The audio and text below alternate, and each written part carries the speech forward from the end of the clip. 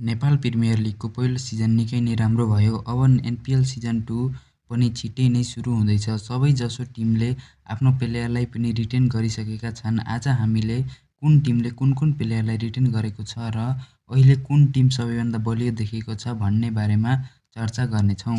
पहिलो नम्बरमा रहेको छ काठमाडौँ गोर्खाज। काठमाडौँ गोर्खाजले 6 जना प्लेयरलाई रिटेन गरेको छ, जसमा क्याप्टेन करण केसी, राशिद खान, दिपेश कण्डेल, भीम सार्की, प्रतीक श्रेष्ठ र शाबाब आलम।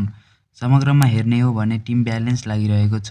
दोस्रो नम्बरमा रहेको छ पोखरा एभेन्जर्स। पोखरा एभेन्जर्सले 7 जना खेलाडीलाई रिटेन गरेको छ र राम्रो टिम हुँदाहुँदै पनि पोखरा एभेन्जर्सले पहिलो सिजनमा निकै नै खराब प्रदर्शन गरेको थियो। रिटेन प्लेयरको लिस्ट हेर्ने हो भने पहिलो नम्बरमा क्याप्टेन कुशल भुर्तेल, सागर ढकाल, आकाश चन्द, किरण, विपिन खत्री, दिनेश खरेल, तीर्थराज दास रहेका छन्। अहिले पनि यो टिम ठिकै लागिरहेको छ। पोखरा एभेन्जर्सलाई अक्सनमा अझै राम्रो प्रदर्शन गर्नुपर्ने देखिन्छ।